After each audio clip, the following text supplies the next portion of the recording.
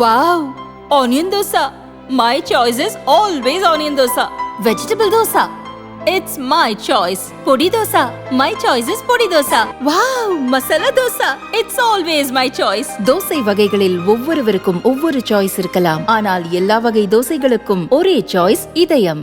நாட்டின் 18வது லோக்சபா தேர்தல் ஏப்ரல் 19 தொடங்கி ஜூன் 1 வரை 7 கட்டங்களாக நடைபெற்றது. குஜராத் மாநிலத்தின் சூரத் தொகுதியில் பாஜக வேட்பாளர் போட்டியின்றி வெற்றி பெற்றதாக தேர்தல் ஆணையம் அறிவித்தது. சூரத் தவிர்த்து நாடு முழுவதும் 542 தொகுதிகளுக்கு தேர்தல் நடைபெற்றது.